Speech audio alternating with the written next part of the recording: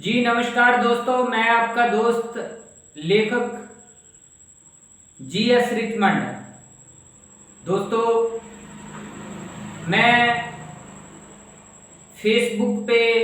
एक पंजाबी लेखिका को सुन रहा था जिसने एक बहुत ही अच्छे विषय पे बात की। वो लेखिका मैडम बोल रहे थे कि हमारे जो बड़े बुजुर्ग हैं उनके पास प्रॉपर्टी भी होती है, सारा कुछ होता है, लेकिन फिर भी उनकी लाइफ में सुख नहीं होता, स्टेबल नहीं होती। फिर भी किसी ना किसी तरह का उनके घरों में क्लेश रहता है, मिसअंडरस्टैंडिंग रहती है, लड़ाइयाँ झगड़े रहते हैं, बच्चे अलग रहते हैं, बुजुर्ग अलग रहते हैं। यानी उसके कहने का ये मतलब था कि हमारे जो बड़े बुजुर्ग हैं वो सब कुछ होते हुए भी परेशान रहते हैं, और अगर वो अपनी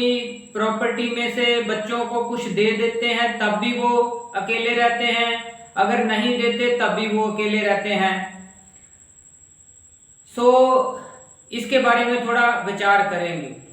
वैसे मैंने उनको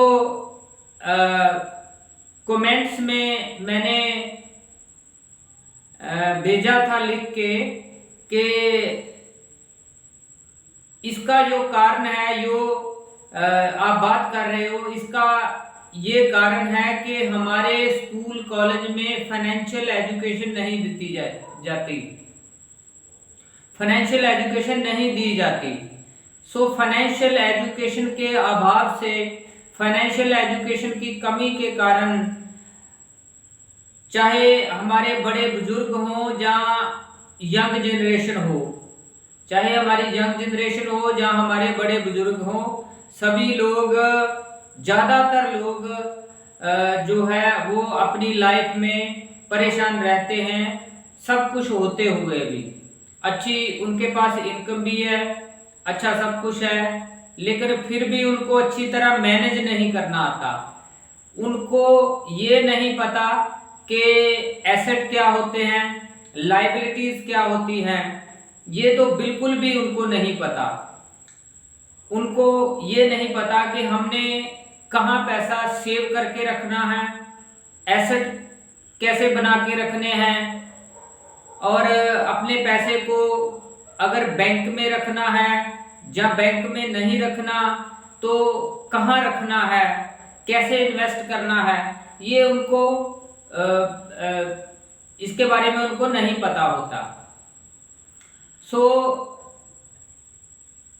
जो फाइनेंशियल एजुकेशन की कमी है, इसके कारण ज़्यादातर लोगों के घरों में सब कुछ होते हुए भी, लोगों के पास सब कुछ होते हुए भी जो लड़ाइयाँ झगड़े रहते हैं और उनकी लाइफ में सारी जिंदगी भटकना रहती है, वो कभी भी सुख शांति और स्थिरता, स्टेबिलिटी उनके जीवन में नहीं आती, सब कुछ होते हुए भी। जो एजुकेशन है, एजुकेशन सिर्फ यही नहीं होती कि एजुकेशन जो हमने किताबों में पढ़ी है, सिलेबस की किताबों में पढ़ी है, स्कूल कॉलेज ने पढ़ी है, और एक्चुअल में जो एजुकेशन हमें लेनी चाहिए, जो एजुकेशन हमारी रियल लाइफ में जरूरी होती है,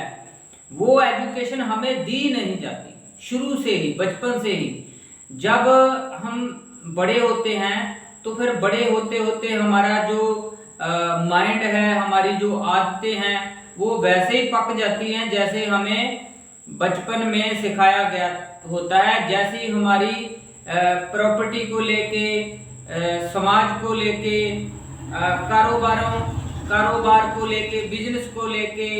जॉब को लेके, और जो हमारा सामाजिक जो रहन सहन है, इसको लेके जो हमारे मन में जो परसेप्शंस बनी होती है, धारणाएं बनी होती है, उसको लेके जो हमें बचपन में सिखाया गया होता है, उसी के कारण वो बड़े होके भी हमें फिर जो है उसका रिजल्ट मिलता है। तो ज्यादातर लोगों के पास पहली तो बात कोई प्लानिंग नहीं होती अपनी लाइफ में कि उसने अपनी जो अडल्ट एज है, मिडिल एज है, उसमें क्या क्या करना है, जो ओल्ड एज में जब वो जाएंगे तब वो उन्होंने कैसे प्लानिंग करनी है। इस तरह की कोई प्लानिंग हमें स्कूल कॉलेज में नहीं सिखाई जाती, इंस्टीट्यूशन में इस तरह का कुछ नहीं सिखाया जाता, जिसके कारण बहुत सारे लोग परेशान रहते हैं। दूसरी बात मैं इसके साथ ये भी बताना चाहूँगा कि हमारे बहुत सारे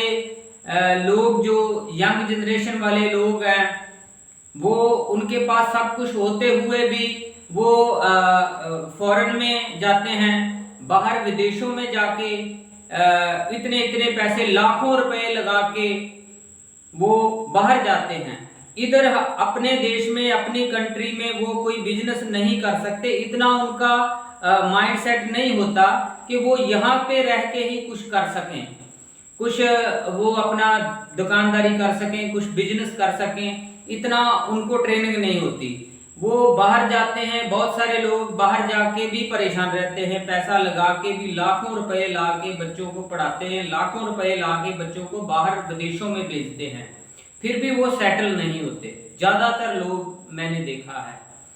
अगर वो लोग होते भी हैं तो उनकी जिंदगियां निकल जाती है 10-10, 20-20 साल तक, एक पीढ़ी जो है वो खप जाती है, एक पीढ़ी पैसा कमाते कमाते, फिर उनके जो बच्चे हैं वो जाके कहीं सेटल होते हैं। सो हमें क्या है कि हमारे जो बुद्धिजीवी लोग हैं उनका ये फर्ज बनता है, हमारा जो एजुकेशन सिस्टम है उसको सही किया जाए। हर किसी के लिए